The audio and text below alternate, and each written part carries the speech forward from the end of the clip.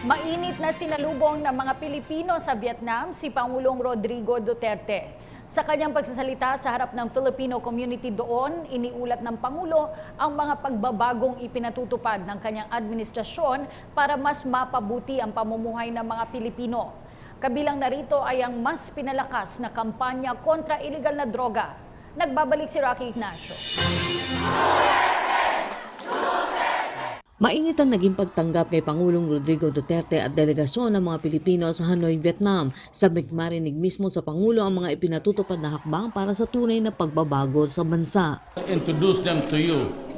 I do not acknowledge them kasi hindi ganito po si Secretary Aguirre.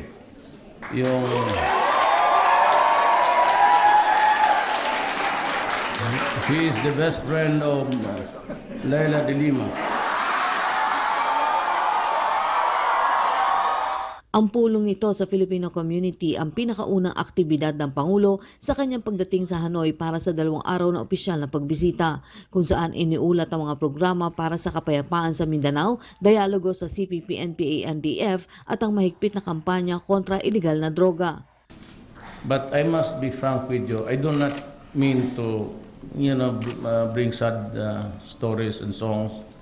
But you have, as a Filipino, you have every right to know. Para hindi kayo mabigla. Pinakamalakas ang palakpak sa usapin ng kampanya kontra iligal na droga. Hindi anya sa aatras sa laban para tuluyang masira ang pinakaaparato na iligal na droga at maaresto hanggang sa pinakahuling drug lord. This is my country, the Philippines. I have to protect the people.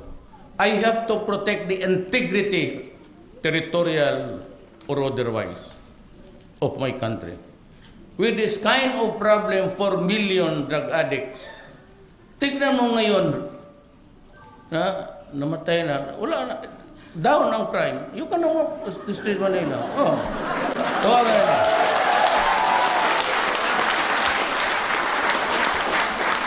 And I intend to kill more because I have to account for this 4 million. I will not leave the presidency in shame.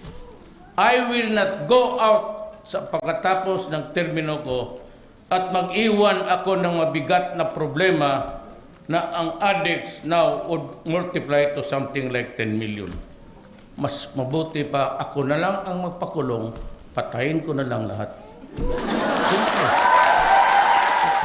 Bagamat may mga bumabatikos pati na ang pagkwestiyon ng European Union sa usapin ng human rights sa harap ng kampanya kontra iligal na droga, sinabi ng Pangulo na malaya silang bumisita sa Pilipinas para suriin na walang batas sa bansa na nagbabawal na bigyan ng babala ang mga nasasangkot sa krimen katulad ng iligal na droga.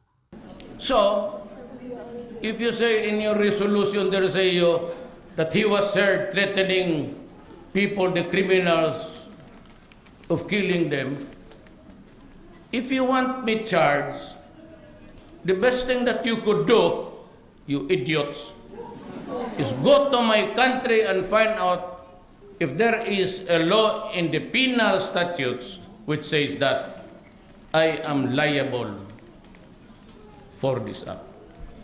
Git pa ng Pangulo na titiyakin niya na mapapahinga ang mga Pilipino mula sa panganib na dala ng iligal na droga, kasabay na rin ang pagkakaroon ng malinis na pamahalaan.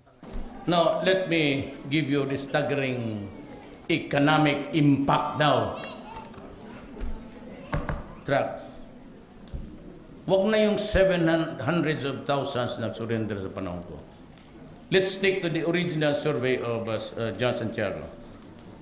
Here comes. There are at least 3 million drug pushers or addicts in the country today. One hit daily. Sa Tondo, Pandacan, Santa Ana, 200 dyan noon. So, 200 a day, that would be 6,000 a month. Itong mga user pati, Douglas, if they are there, araw-araw, nag-hit in 1 year, it would be 8 billion pesos. In a month rather, 8 billion pesos.